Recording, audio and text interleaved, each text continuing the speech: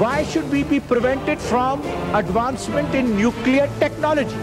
We cannot be stopped from using this process. I shall not allow any individual to leave Pakistan. I shall take measures against the families of those people who have taken money out of this country. No safarish from anyone, no nepotism, no corruption, and no maladministration.